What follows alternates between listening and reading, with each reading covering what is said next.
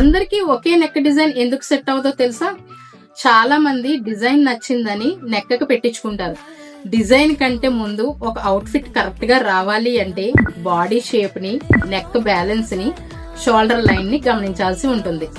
ఉదాహరణకి నెక్ పొడవుగా ఉన్న వాళ్ళకి high next, boat necks, collar neck designs మంచి ఎలిగెంట్ లుక్ ని ఇస్తాయి. నెక్ లెంత్ ని అడ్జస్ట్ చేస్తూ రిచ్ గా కనిపించేలా చేస్తాయి.